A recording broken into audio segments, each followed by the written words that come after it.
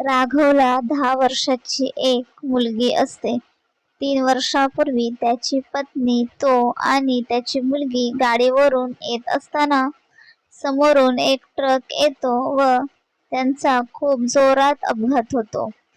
त्यात तिघेही खूप गंभीर जखमी होतात.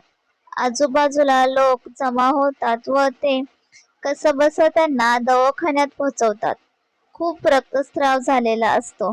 त्यामध्ये तो व त्याची मुलगी वाचतात व त्याची पत्नी मात्र वाचत नाही. ती त्यांना कायमची सोडून जाते. या घटनेला 3 वर्ष होऊन जातात तरीही ते तिला विसरत नाहीत. त्याच्या मुलीच्या डोक्यात सतत आईचाच विचार येत असतो, कारण ती सोबत असताना हे सगळं घडलेलं असतं.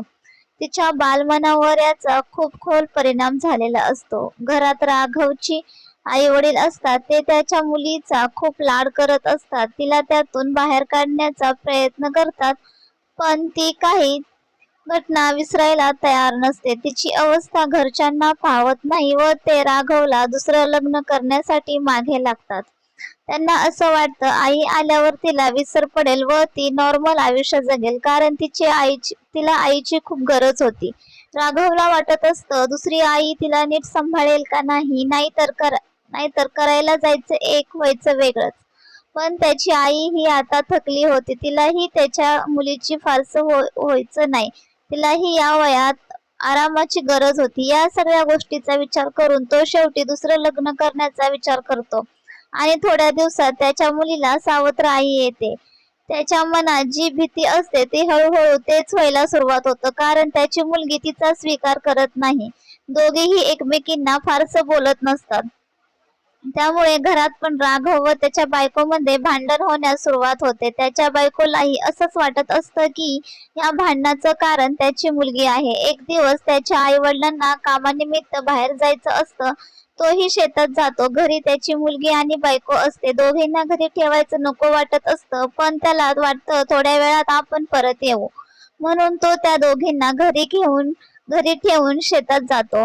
पण त्याच काही मन लागत नाही. त्याला सतत मुलीचा विचार येत असतो. तेवढ्यात एक मुलगा पळत त्याच्या दिशेने येत असताना त्याला दिसतो. तो खूप घाबरतो. तो मुलगा त्याला सांगतो की काका, लवकर घरी चला, तुमच्या घरी आग लागले आणि आत कोणीतरी अडकलंय.